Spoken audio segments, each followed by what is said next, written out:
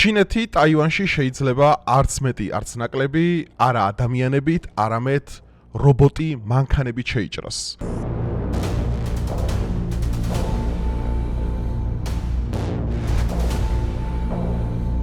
მეგობრებო, ბოლო დღეებში სოციალური ქსელები გადაჭრელდა ჩინეთის უკანასკნელი ტექნოლოგიური განახლებების პროგრამებით, რომელიც მოიაზრებს როგორც ეს ნაჩვენები იყო და რაზედაც მე ვიდეო უკვე გადაღებული მაქვს, როგორ იყო ჩინეთის უკანასკნელი სამხედრო აღლუმი, რომელიც პეკინში ჩატარდა, სადაც მათ გამოიყვანეს რობოტი მგლები, რომლებიც პირველად ჩინეთის ისტორიაში არიან უკვე ჩინეთის სახალხო განმათავისუფლებელი არმიის რიგებში ჩარიცხული, ესე ვთქვათ, სპეციალური ოპერაციის ძალები და სულ ახლა ხმას ჩინეთმა უკვე გამოცადა ახალი ჰუმანოიდები.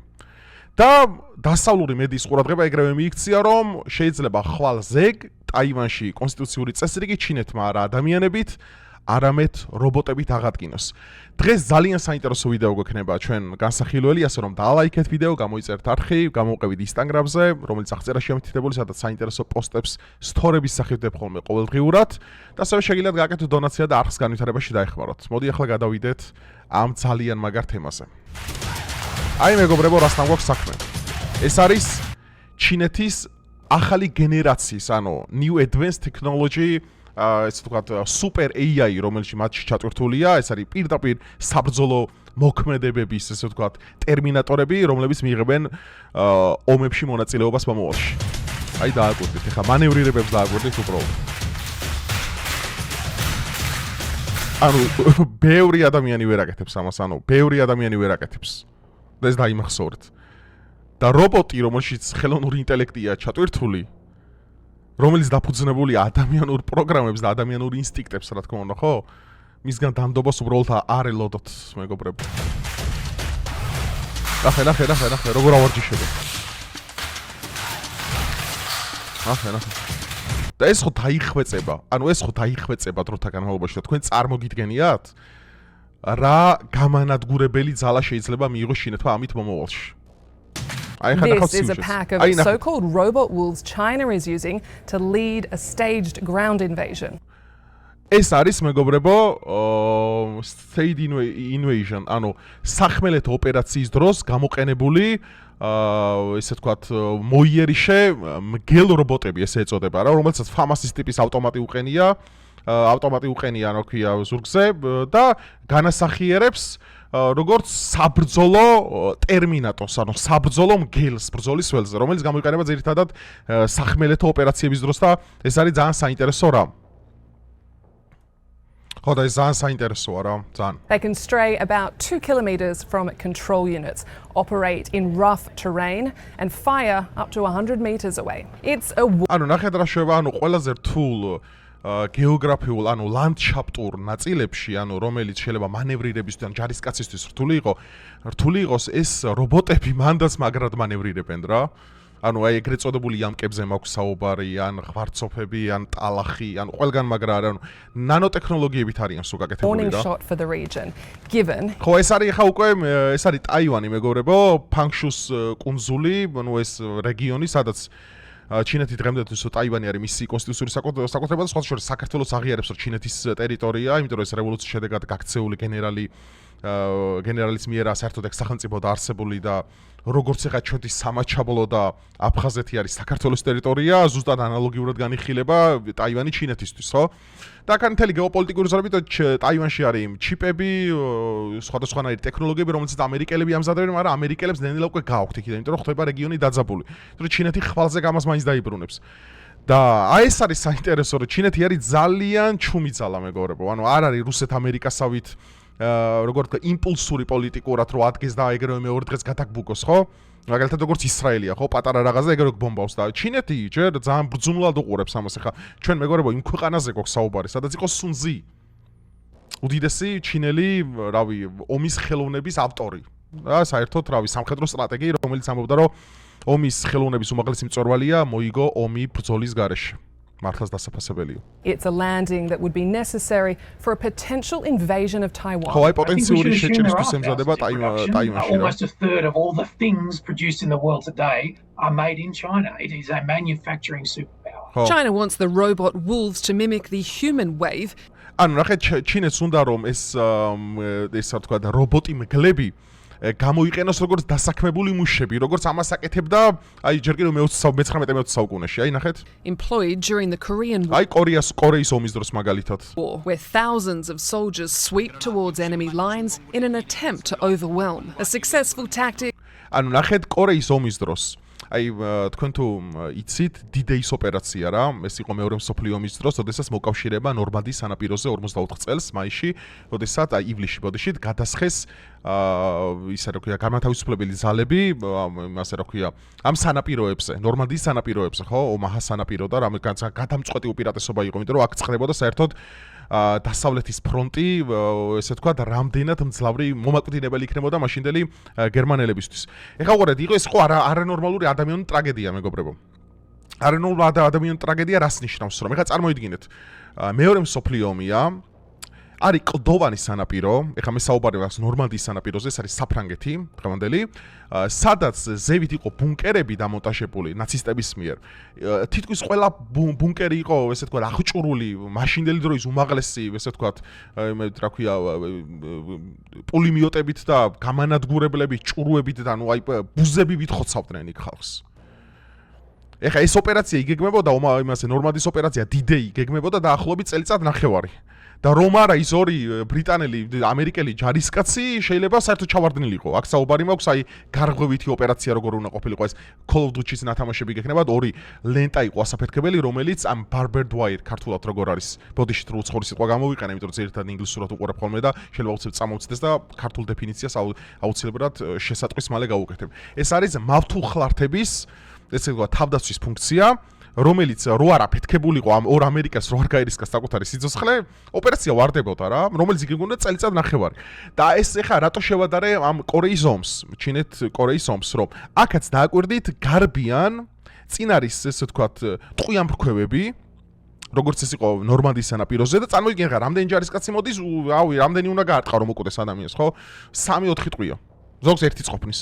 და ბუზები ვითხოცავ ხალხს. და გაქვს არაადამიანური დანაკარგი ეს სხვათა შორის არა მარტო ომაჰას სანაპიროზე, არა მარტო ნორმანდიაში, არა მარტო კორეის ომში, მაგალითად იყო ფეოდოსია ქართველებისთვის ეს არის უდიდესი საერთოდ ეროვნული ტრაგედია მეორე მსოფლიო ომის დროს, როდესაც სტალინის ბრძანებით ისაქნეს რა ქვია, როდესაც გაიხსნა ფრონტი, ხო?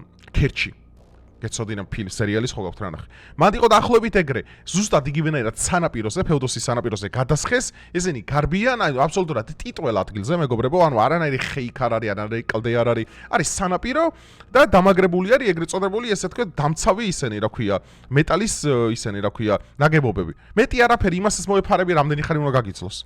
და ესე ბუზები ვიდი ხოცებოდნენ ადამიანები.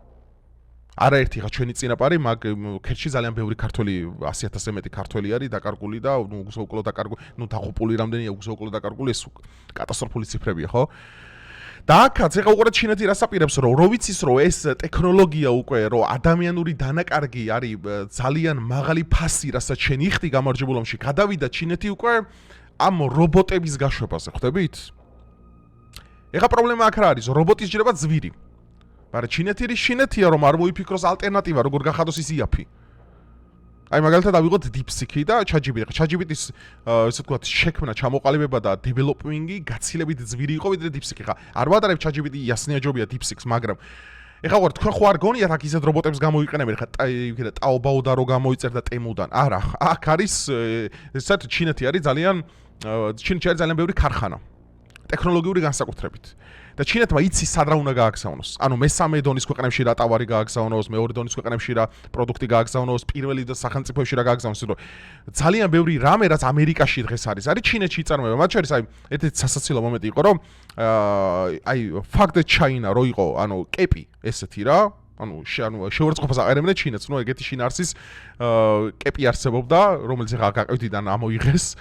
ანუ ჩინეთის შეურაცხმყოფელი კეპი მზადდებოდა ჩინეთში. ან თქვენ წარმოგიდგენიათ? ანუ ის რაც ანტიპროპაგანდა და ანტიპიარია, ისიც კი იმიტომ იყო ტრამპი რომ ამბობს, რომ ხა ჩვენ უნდა გავზადოთ წარმოება ამერიკაშიო. და ტაივანი და მაგიტომ გადააქვთ ის ქარხნები და ის Nvidia ჩიპები და ეგეთი რამები.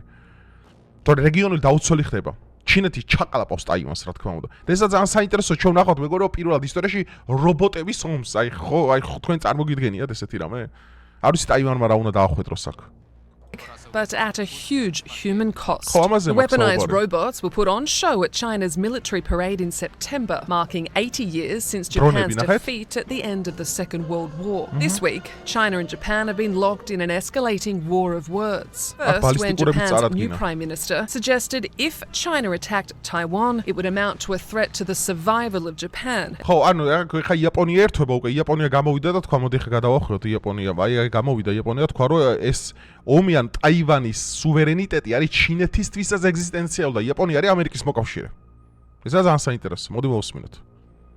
收回恶劣言论，否则一切后果必须由日方承担。 ანუ იაპონიას ექნება საკუთარი შედეგები თუ ჩინეთი დაიწყებს ტაივანს უფრო სწორად მოდი სუსტად ვთქვათ თუ ჩინეთი დაიწყებს ტაივანზე სამხედრო საჰაერო ოპერაციას იაპონია გასცემს მას შესაბამის პასუხს. ეს იყო იაპონიის ოფიციალური პირის განცხადება. Decades, China has lagged behind the world's leading military powers, but President Xi არა, სი ძინპინმა ტრამპი ისა რა ქვია, პუტინი ჩაიყვანა იქა, ალიევი შეახვედრა ერთმანეთს, იქ იყო ინდოეთის ლიდერი, მეგობრებო, იქ ბრაზილია, ეს ბრიქსის წევრი ქვეყნები, ეს ნუ გონიათ თქვენ რაღაც ისეთი ძალა.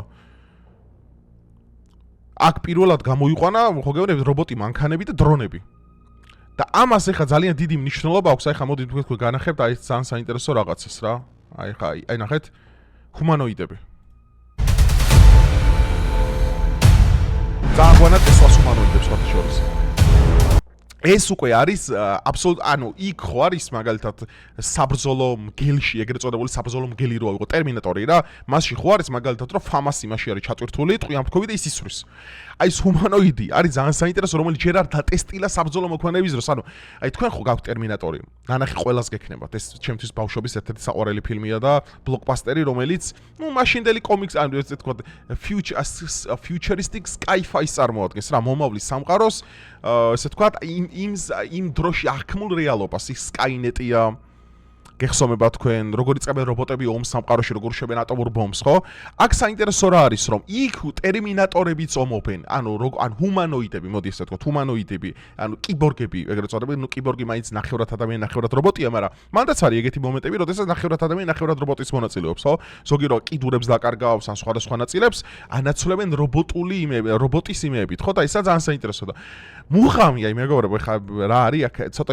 ირონიული რომ თქვენ წარმოგიდგენიათ ხა როდესაც შენ ყავს 100,000 კბილებამდე შეიარაღებული უიჭკვიანესი ხელოვნური ინტელექტის მიერ გენერირებული არმია მე მაგ საუბარი არმიაზე მარტო ანუ არ მაქვს მაგალითად იქ დაჯგუფებები ქვე დანაყოფები სპეციალური ოპერაციის ძალები არ მაქვს ანუ არმიაზე მაქვს საუბარი ერთ-ერთი არმია თარ ხელოვნური ინტელექტი როგორ მუშაობს ახლა უყურეთ და საერთოდ ChatGPT როგორ სწავლობს რაღაცას ხო აი მას წინათ ქონა მაგალითად ახლა იმასთან რა ქვია საუბარი ერთ-ერთ მეგობართან რომ მაგალითად გროკმა რატო არ იცის რომელიც ასევე ხელოვნური ინტელექტია ქართული კარგად იმიტომ რომ ბევრი ქართული არ მოიხმარს მას და შესაბამისად ქართულად ნახეთ როგორ მუშაობს გროკი და ზოგადად ხელოვნური ინტელექტი რაც მეტი ქართველი დაიჭერს ინტერაქციას ხელოვნური ინტელექტთან ნაუშად მე შენი მეგობრები შენი ოჯახის წევრები ხო ანუ ხელოვნური ინტელექტი მით უფრო ითვისებს ენას და ეს გადაეწოდება ცენტრალურ სერვერს და ხელოვნური ინტელექტი თქვენ რა გონიათ რა ჩემში ჩატვირთული ChatGPT აი აქ ხა და გროკი იგივეა შენთან ახლა. ორივეს გვაქვს ერთი ChatGPT, რომელსაც უნივერსალ რომელსაც აქვს ძალიან დიდი სერვერი, უტვინესია, აი რა აბსოლუტურად ყველაფერი რო იცის თითქმის უკვე. ქართული ფრანგული რამე, რატო? იმიტომ რომ შენ რაც უფრო მას ყოველდღიურად დაელაპარაკები, დაუშვათ შენ დაელაპარაკე, თავი შენი ცხოვრების პრობლემებს. და ახსენ ისეთი სიტყვები, რომელსაც მე მაგალითად აი მაქსლენგებით მე არ საუბრობ. აი დაელაპარაკე მაგალითად აი შეჩემა როგორ ახარ რა შვები რა შალიჩობ ხო ის სწავლობს გაიგე და ის უკვე შენ კი არა მე მელაპარაკება მაგენით აი რაღაც ხუმრობის ხასიათზე რო ჩამოვარდებ რამ ანუ ხელოვნური ინტელექტი ეგაა მეგობრებო თქვენ წარმოგიდგენიათ 100,000 სუპერ ინტელექტუალი ჰუმანოიდი რომელშიც ჩატვირთულია ყველაზე მაღალ ტექნოლოგიური AI და მისი დავალება არ უნდა განადგუროს მტერი ეს თქვენ ის ხო არ გონიათ რა ქვია უმალვე დაჩრდილავს თქვენ ჩვენს ისტორიაში არსებულ ისეთ დიდ რავი სამხედრო მეომრებსა და გენერლებს როგორებიც იყო რავი ნაპოლეონი, ალექსანდრე მაკედონელი, ჩინგისხაენი, თემურლენგი და რავი რომელი ერთი ჩამოთვალ მათ შორის ქართველი რამდენი ყავდა ხო? უმალვე რატო? რობოტ შიში არ აქვს. ხალხო ჰუმანოიდ შიში არ აქვს. მაშენი არ ეშინია. ჰუმანოიდი რო ჯვარი ჩვენ გწერია და ჯვარი ჩვენ ოჯახებს კაცო. ჰუმანოიდი რო შემოდის და მას დავალება აქვს რომ მაგალითად რომელიმე რავი ოჯახი უნდა გაწყვიტოს სიტყვაზე. იმას თქვენ გონიათ რამე ადამიანური ესმის რამეს გაიგებს მოწყალება გთ ხო დამიცავი რა ხო გადამარჩინე ან ის ფუნქცია ექნება ხელებს რო აწერ დარგესვრის მას რო ჩაუტვირთავე რომ გაანადგურე ეს ნიშნავს რომ იმან უნდა გაანადგუროს ნებისმიერ ფასად მათ შორის მე-9 სართულიდან შეიძლება გადახდეს კედლებზე აწორეს არანაირი ემპათია არანაირი სიბრალური არანაირი ტოლერანტობა არანაირი თანაგრძნობა მის ტემში ჩატვირთულია მხოლოდ განადგურება ჩვენ საუბარი გვაქვს მეგობრებო მომავლის ტექნოლოგიებზე ეს ძალიან საშიშია აი როგორც მეორე მსოფლიო ომის დროს პროექტი მანჰეტენის საშუალებით ოპენჰაიმერმა არ ვიცი იყო თუ არა ხა ისტორიაში ბევრი აზრია მაგაზე იყო თუ არა კაკების აგენტი და ვინ გადასცა სტალინს ის ბირთვული იარაღის დამზადების ისენი ხო რა ქვია ფორმულები და ეგენი არ ვიცი ამას არ ჩავყვები ხა ეს ჩემი განსახილველი თემა არ არის და ზოგადად ძალიან შორს წაგვიყვანს ეს თემა მაგრამ რატომ იყო კარგი რომ ეს მოხდა და რატომ არის კარგი რომ ამერიკის გარდა საბჭოთა კავშირმა შექმნა ბირთვული იარაღი რატო იმიტომ რომ სოფლიო დააბალანსეს გაიგეთ ეხა მე რო ავდგე მეგობრებო და რავი მარტო მე ვიყო იუთუბერი აი ყველა იუთუბერს დაებლოკო საქართველოში მარტო მე რო ვიყო ხა ხო ანუ მე რაც არ უნდა კაი ადამიანი ვიყო აი რაც არ უნდა უნიკალური ხო ეს არის ადამიანური ესე ვთქვათ fell of the human nature ანუ დაცემული ადამიანის ბუნება არის მეგობრებო იმაში რომ რაც არ უნდა კარგი იყო თავში მაინც აგივარდება სადღაც რა ერთი რო გეტყვის კაი ხარ ორი რო გეტყვის კაი ხარ მარტო შენ ხარ მარტო ეს ისა განდიდება აგივა რომ მართლა მე ვარ მაგარი მე ვიტყვი გაიგე ამიტომ საჭიროა ყოველთვის სხვა რომელიც შენ დაგაბალანსებს ეს ძალიან საინტერესო რამეა აი დაფიქრდით რა ვთქვი იმიტომ რომ დაბალანსების გარეშე შენი ეგო იმდენად გარბის რომ შენ შესაძლებლობებს უსწრებს და მანდ გერხევა ადამიანს მერე რა აი გიტლერს ეგ შეეშალა მაგალითად გიტლერმა ძალიან დიდი როლი ითამაშა ცოტა თემას გავცით მაგრამ საინტერესო თემა მოდი ვისაუბროთ აი გიტლერს ეგ შეეშალა მეორე მსოფლიო ომში თავიდან მაგრა დაიწყო ყველაფერი პროპაგანდაზე აიყოლია გერმანია გაერთიანა სუდეტის ოლქი იქ რაინი დემილიტარიზირებული ზონა ჩეხოსლოვაკეთის ოკუპაცია პოლონეთის შუაზე გაყოფა ნორვეგიის შეერთება რაღაცა მთელი ეს რაიხი რაღაც უცებ ადგა და მეორე მსოფლიო ომის დროს გადამწყვეტი აღმოსავლეთ ფრონტი საუბარი მაქვს იმასე რუსეთის ბლიცკრიგზე საბჭოთა კავშირის ბლიცკრიგზე გადაწყვეტილებებს იღებდა მანშტეინის სკორცენები ისა მანშტეინის ისა რა ქვია გუდეირანების და დიდი გერმანელი გენერლების მაგივრად თვითონ ეხლა მე რო ვიყო ქვეყნის მართველი რა და შეიძლება პოლიტიკური გარიცხება სწორად მივიღო საგარეო პოლიტიკა რამე და ეხლა ჯვარიც ომი რო დაიწყო სადმე რა და ჩვენ ყავს არაჩვეულებრივი გენერლები საქართველოში და კათედრები რო გავლილი აქვთ და რომ ნასცა საბრძოლო მოქმედებები რო უნახეთ და რო გამოვიდეთ და თქვა რომ გენერლებო თქვენ არ გესმით მე ვარ იმპერატორი მე უნდა დამემორჩილოთ და მე გეტყვით რომ აი ამ კიდიდან ესე შეუტევთ ამ ფლანგიდან ესე შეუტევთ მე დავხაზავ ჩემ ბლიცკრიგს მე ვიქნები კლაუზევიცი ეს არის შეცდომა მეგობრებო გიტლერმა ეგ შეცდომა დაუშვა მეორე მსოფლიო ომის დროს რომ სამხედრო გადაწყვეტილებების მიღება თვითონ მიიღო როგორც უმაღლესმა მთავარსარდალმა მას შეცდომაა აბა გიჟი სააკაშვილი ეხა ხო გიჟი რა სირია ის ეხა თქვენ წარმოგიდგენთ ეხა ეგრო გადაწყვეტილებებს ომში იღებს რა მაგის პრობლემა არის სწორედ შინდისის გმირები და მთელი ამბები კომუნიკაციის გარეშე რო დაგვრჩენენ ბიჭები და ტყეებად რო ჩავარდნენ და სხვა გადაწყვეტილება რო არ ქონდა და გმირებად რო შეწირეს თავი ვისი ბრალი ეს ხო კავშირგამოლობის ბრალი ეს ხო შტაბის ბრალია ეს ხო ხელმძღვანელობის ბრალია რომ შენი ჯარისკაცი იქ ტრიზულში არ უნდა დაგრჩეს მეორე მსოფლიო ომის დროს ქონათ დალოცვილი ეს ტექნოლოგია რომ როდესაც უკან დახევა ხდებოდა რომ ეს იცოდა ყველა იმ კორპუსმა ყველანაირმა ოლქმა ყველანაირ შემადგენელმა დაჯგუფებამ ხო ამიტომ ვამბობ ეს ჩინეთი არის ძალიან ჭკვიანი მოთამაშე ხალხო აი მართლა გეუბნებით ჩინეთი არის ძალიან დიდი საფრთხე მომავალში მსოფლიოში და ჩინეთი იმიტომ არის საფრთხე ჩინეთს აქვს სამხედრო ომის ფილოსოფია რუსებს არ აქვთ ეგ რუსი შეუძლია რომ აი გააძროს და აი შეწიროს დიდი რაოდენობა ადამიანების ომი მაინც მოიგოს კაცო ეგ აქვს მაგას ვერ დაუკარგავ მაგრამ ჩინეთს რუსეთისგან განსხვავებით შეუძლია რომ ჭკვიანურად დაგეგმოს ეს ყველაფერი ნაკლები ადამიანური ზარალი და მეტი მოგება ამერიკა როგორ არის ეხა ამერიკა თავი ჯარისკაც უვლის რა თქმა უნდა ამერიკა არის ძალიან მაღალბიუჯეტური ქვეყანა ეხა ამერიკის ბიუჯეტი აღემატება ნატო და რუსეთი ჩინეთი ერთად რო დააყენო ეს იმას ნიშნავს რომ ამერიკასაც ბევრი რამე აქვს ნაფიქრი მაგრამ მან არის ის ბევრი რამე ჩინეთი ჯერ ომში არ გვინახია ჩვენ გაიხსენეთ ჩვენ კორეის ომის მერე ჩინეთი ჩვენ ომში არ გვინახია ეს იაპონიასთან და კორეასთან თუ არ ჩავთვლით და იქ რაღაც ანცა პატარ-პატარა რუსეთთან ჩინეთი ჩვენ არ გვინახია ჯერ ომში ხალხო აი ჩვენ თუ საუბარი გვაქვს აი სუნძი იმაზე რა ქვია უდიდესი უძველესი დინასტიები რო იყო ხო ჩინეთის მაოები და ეგენი და რაღაცა მთელი ჩინეთის იმპერიები და შემავალი ისენი ის ჩინეთი ის დრაკონი, დიდი დრაკონი, როგორც ეს ისინი ხშირად მოიხსენებენ, ჩვენ არ გვინახია მეგობრებო დიდ სამხედრო კონფლიქტში. ჩვენ არ ვიცით ეგ რა ჩინეთს რა ძალა აქვს რეალურად. და ჩვენ ვიცით რომ ჩინეთს აქვს ძლიერი ეკონომიკა უკვე. ჩინეთს აქვს დიდი წარმოება. ჩინეთი მუშაობს ხელოვნურ ინტელექტზე, ევროპა არ მუშაობს, ჩინეთი მუშაობს ხელოვნურ ინტელექტზე. FIDIAS ევროპარლამენტი, რომელიც გამოვიდა იმაში, რა ქვია, ბრიუსელში თქვა, ხალხო, თქვენ დალოცვილებო, გამოდიხართ, ჩინეთს აკრიტიკებთ, რუსეთს აკრიტიკებთ, ეხა ამერიკის კრიტიკა დაიწყეთ უკვე. მთელი მსოფლიო გადასულია ხელოვნურ ინტელექტზე და ციფრულ ტექნოლოგიებზე. ანვითარებს ყველა დიდი სახელმწიფო. ამ დროს ჩეხეთი გამოდის და რუსულ გაზზე იწყებს სანქციებს და გერმანია? ტიპები ჩარჩენილები არიან მე-20 საუკუნეში ევროპაზე მაქვს საუბარი. ამხელა ეკონომიკური კრიზისები. და ამხელა პოლიტიკური კრიზისი, რომელიც თვითონ ემატება და ამ დროს ეხა წარმოვიდგინოთ თქვენ ჩინეთი მუშაობს AI-ზე და ევროპა ჯერ კიდევ ფიქრობს რუსეთისგან გაზი იყიდოს თუ არა. აი ტუპო იმართლა რა, ხო აი მეტი რა შეიძლება უწოდო მათ პოლიტიკას. საკუთარ ხალხზე არ ფიქრობენ, საკუთარ უსაფრთხოებზე არ ფიქრობენ, გამოდიან და აი ჩინეთი, რუსეთი ხვალზე მარცხდება. ну რაღაც ღაპრეი მეგობრებო რა. ხო, შორს წავედი ცოტა, მაგრამ საინტერესოა ესეთი გადახვევა, რომ ჩვენ წარმოდგენა გქონდეს ამასთან მერტებაში. ეხლა რაზე მაქვს საუბარი ხა? აი ეს ჰუმანოიდები მეგობრებო, ჰუმანოიდები. არის როგორ შეიძლება უფრო მარტივად თქვა, მომავლის საშიში ძალა. რომელიც ხვალზე შეიძლება ძალიან კატასტროფულად ძიმე დაუჯდეს კაცობრიობას. აქ საუბარი გვაქვს აი კიდევ ერთხელ აი ემებს. ამან დადობა არ იცის. ამან მოწყალება არ იცის. მას არ ეცოდები. ის შექმნილია რომ მხოლოდ გაგანადგუროს. ეს არის მისი მისია. და ადამიანი რომელიც ამაზე არ ფიქრობს და ადამიანი რომელიც ამას არ განიხილავს საფრთხეს. განწირულია. აი ეს არის მეგობრებო მომავლის არმია.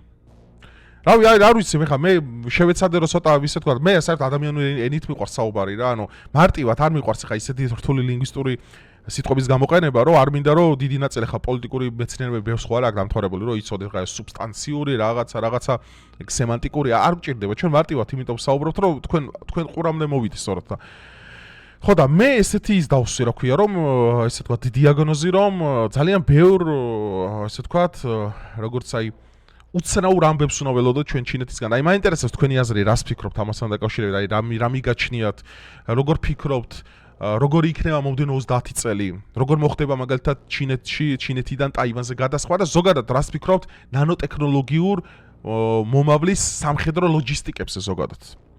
რადგანაც აგერ რუსეთ-უკრაინის ომმა ჩვენ დაგვანახა მეგობრებო რომ დრონები დღეს არის მთავარი იარაღი.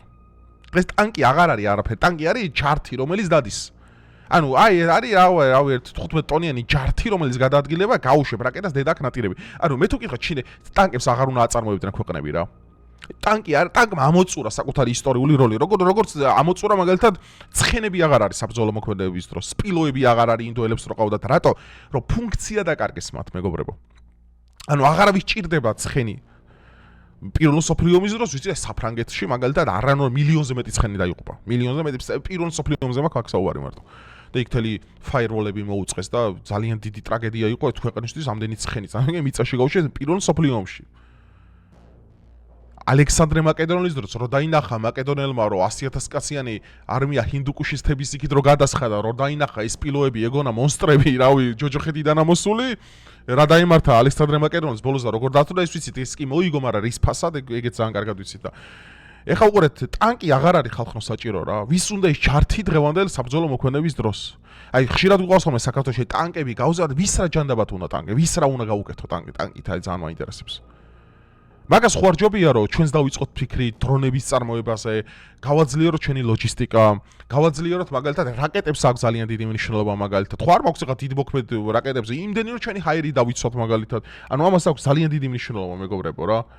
და ჩვენ სანამ ამას პრაგმატულად არ შევხედავთ, მაგამდე ყოველთვის აღმოჩნდები და ესე, რავი, აი ეს ძალიან დაჩაგრულ პოზიციაში და შევხედავთ აი ჩინეთის ძლე, ჩვენც უნდა დავიწყოთ ფიქრი, ჩვენი ნიჭიერი თაობა, რომელიც მოდის და რომელიც ტექნოლოგიური სფეროებით არიან დაინტერესებული, ეს არის აი ფენომენალურად მნიშვნელოვანი, ეგზისტენციალურად მნიშვნელოვანი პირდაპირ გეუბნებით საქართველოსთვის, რომ ის ბიჭები, რომლებიც ხელოვნურ ინტელექტს სწავლობენ, ის ბიჭები, რომლებიც Google-ში მუშაობენ, ის ბიჭები, რომლებიც მაგალითად ციფრულ ტექნოლოგიებში არა, ყველა თუ ჩვენ ქვეყანას მოვახმარეთ და ჩვენ ეს ტექნოლოგიებზე დავიწყოთ ფიქრი, მე არ ვამბობ ხა ჩინეთს ჩვენ ვერ გაუსწრებთ ვეღარ ვერაზროს და ვერც ამერიკას და ეს არის ტყუილი უბრალოდ ეხა მოგატყოს, მაგრამ იმდენი მაინც ვქნათ, რომ ჩვენ ქვეყანას დავეხმაროთ ამით.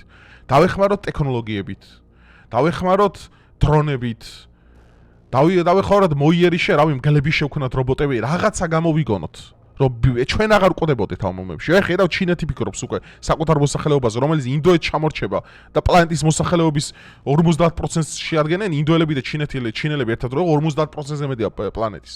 ისინი ფიქრობენ ეგეთი მრავალრიცხოვანი ხალხი საკუთარ მოსახლეობაზე, ჩვენ არ უნდა ვიფიქროთ 3 მილიონ ნახევრიანმა ერმა. ამიტომ ხალხო საჭიროა განავითარა თქვენში ეს ვთქვათ ამ მიმართულებით წადით ის ხაპრები აღარ რაღაცა ის ბიზნეს ეკონომიური და რაღაცა ის სისულელი ფული თუ გაქვს ბიზნესმენი ხვალვე გაგხდი მე თვითონ ფული თუ გაქვს აი და მე მომწერე და ხვალე ბიზნესმენს გახდი მე ყველაზე მნიშვნელოვანი საქართველოში აი პირდაპირ ვამბობ და ხაზგასმით არის ციფრული ტექნოლოგიები IT აგერ AI რაც ტექნოლოგიას უკავშირდება ყველაფერი მნიშვნელობაა ხალხო თორე ჩემნაირ გიშ პოლიტიკოს რომელიც ბევრს ხპედობს სულ იპოვით მაგას მომავალში მუქთამ ჭამელებს მომავალში სულ იპოვით ну, კაი ხუმრობა იქით იყოს მეგობრებო.